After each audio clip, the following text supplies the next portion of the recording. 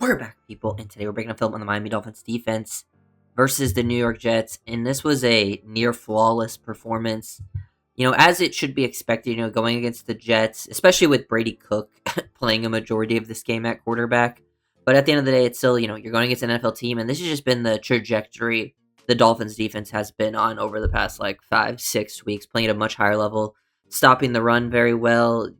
Lots of good takeaways. I really liked the pressure they were able to get up front, bringing just 4 working stunts, and then able to marry that on the back end with good coverage disguises, people just doing their jobs, making some plays, causing some turnovers. When the Jets messed up, you were able to make up for it. A lot of individual players making good plays. I thought uh, we saw Chop Robinson, Zach Sealer make multiple impact plays, getting some sacks, disrupting.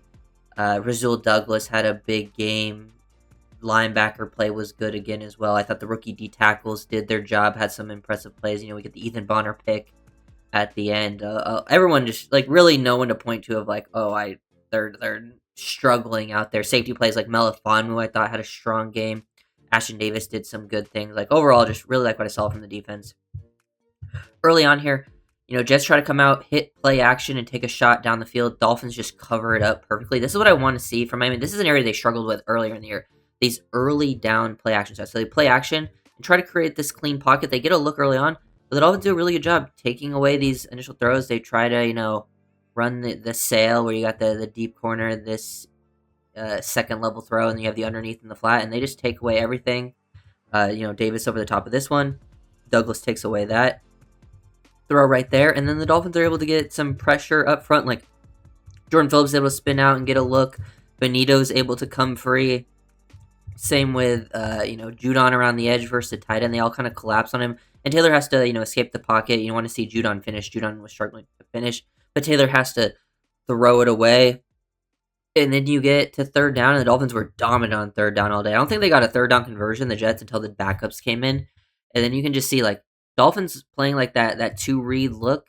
This guy works upfield vertically. You see Douglas just sitting on this. He's just making this aggressive play, reading it through to the QB's eyes now, and he sees his QB ready to throw. Instead of gaining depth to take away that corner, he closes on this, makes a play. Really good day from Douglas. Probably will do an individual breakdown on him of all of his plays because he had a strong performance out there. Just really good job playing the sticks, understanding the situation. Dolphins stopped the run throughout the day. Really like this up front. I think Jordan Phillips gets worked here from the double initially and kind of gets washed, but he does a really good job recovering, holding his ground, and then resetting that edge. And then Jordan Brooks just continuously making plays. This O-lineman that was, working that combo was late to get up there. Brooks makes him miss. Everyone doing their job, combination, work together, make that tackle at the line. Because that's how, if the Jets are going to beat you, it's going to be with the special teams and then with their running game. But the Dolphins are able to really slow down that running game, not really allow Breece Hall to get anything going.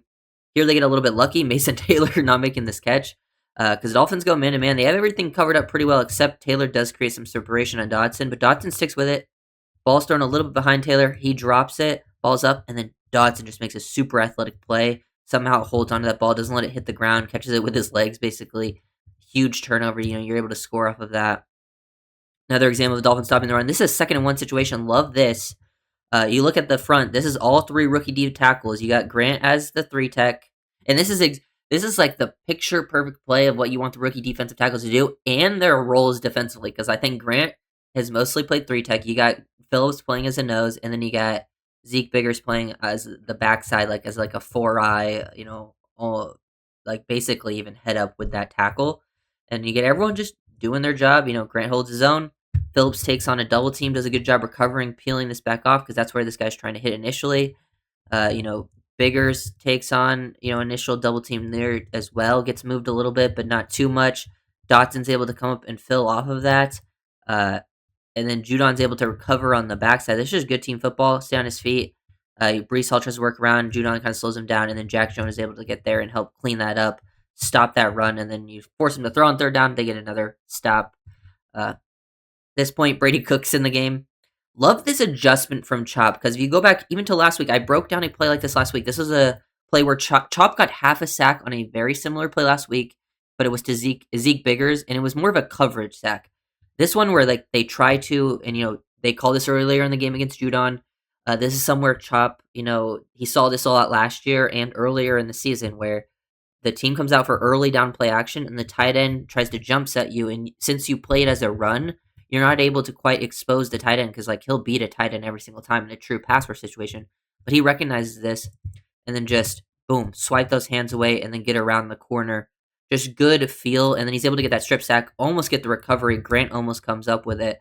Brees Hall is just able to hang on to that ball, but this is just good adjustment and understanding of what offenses are trying to do against you from Chop in that situation, because that's a play, like that's a player he should beat 1-on-1 every time, but it's just the situation that they're trying to sell is trying to slow him down, but he understands that's what they're trying to do, and just makes a really explosive, disruptive play, and that shuts down another drive.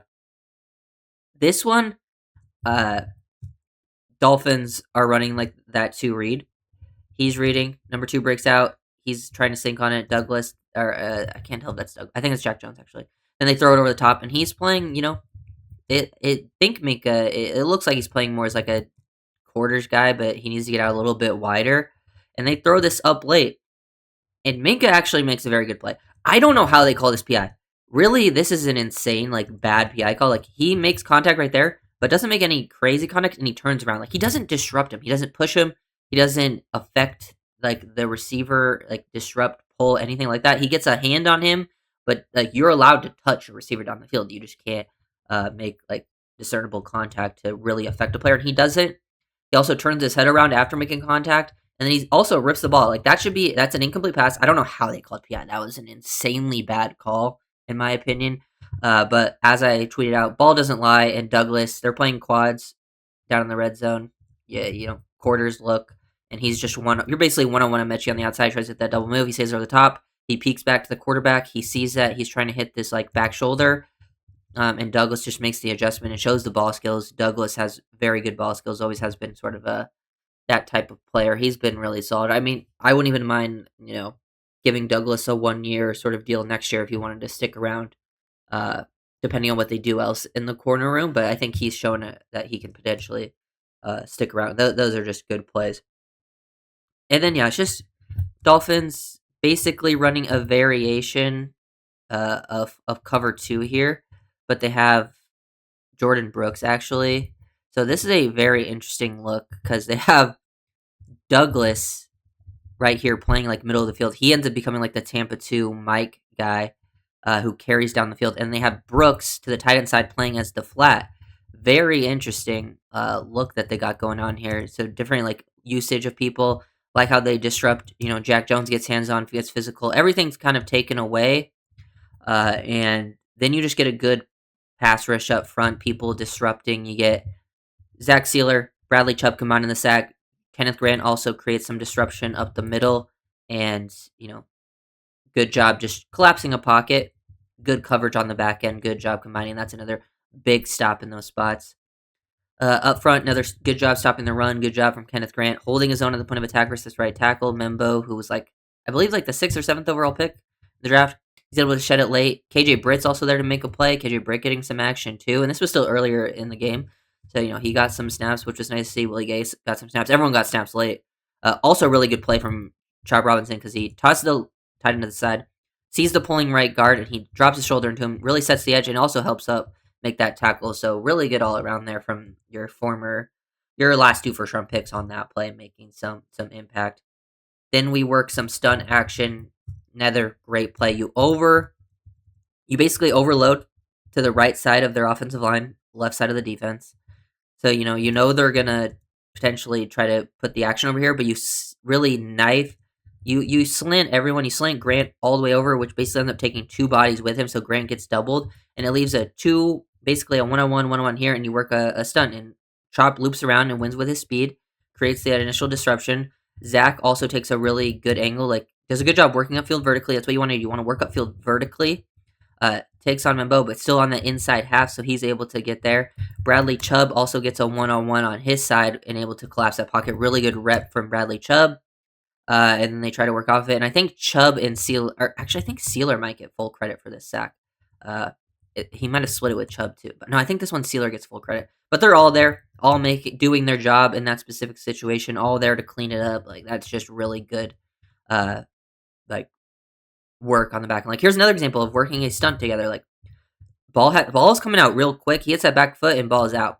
But you can just see the explosiveness from Grant. Grant's the initial sort of like crash guy. He crashes down. Like look at the explosiveness. This is like about as fast as I've seen Grant move. I really like this, and he does it with violent intention. Takes out the guard and also pushes him back. And now you get Sealer available on the loop. Chop's also knifing down, but it just leaves all that space for Sealer to work with. And even Grant gets a late. He pulls off late there and also gets hands on the quarterback. And then Douglas on the back end is just making another play in the secondary. Just great job. Front end, back end, just doing their job. This is one of Grant's. I had to throw this in here just because this is one of Grant's cleanest pass rush wins of the season. Love this one-on-one with the left guard. As as a 2-eye, or I would say 2-eye. Look at him like guy shoots his hand. Love this 2-hand swipe. So he hits like a snatch. I like seeing this from Grant because I don't think I'd seen this move all season. He hits the snatch down and then he hits the club arm over. So you hit that 2-hand swipe. So you swipe the hands down and then you club with that inside hand, arm over swim move, and now you get that free path to the quarterback. Disrupts this play. If Judon just contains a bit better, this is like a free sack for Judon. Judon just doesn't contain, so he's able to escape. They actually do get a sack on this play. Funnily enough, that he steps out for a 0-yard gain, and they give a sack to Zach Sealer here. So Zach had a really strong game with sacks. He was involved in a lot of them, but he did get blessed by being getting that one right there, which I thought was funny. And then end of the game, all the backs are in. It doesn't really matter, but had to throw in the Ethan Bonner one-handed interception, where he's playing as like the cloud defender and he's just playing flat, trail. This guy's over the top and he just makes up adjustment, athletic play, one hand snag. Had to throw it out there, for the white corner getting out there and making a play. Wasn't doing too much before that, but good job closing. He's had a couple big plays recently. Had that big fumble recovery on the punt return versus Washington, which was huge. So shout out Bonner, shout out to a lot of the players. The defense just did their thing in this game, as they should have. It was expected, especially with Brady Cook. But like, if it was Tyrod Taylor, like even on the Tyrod Taylor drives, they did absolutely nothing. And like Tyrod Taylor was coming off a pretty big performance against the Falcons, who are not like a horrible defense. So really like what I've seen from Miami defensively. Wouldn't be surprised. Like the head coaching carousel doesn't look too good next season, and Weaver's name's being mentioned, so I wouldn't be even surprised if Weaver gets a job. If he doesn't, have him stick around with McDaniel if that's the case, if they are going to keep everyone. But if Weaver does go, they would get I believe they get 2 third-round picks for the rule. So that would be, at least get something out of it, which is always nice. But yeah, shout out to a lot of the guys. A lot of guys are improving. The whole defensive unit is just playing a much higher level of team football together. So usually do like comments.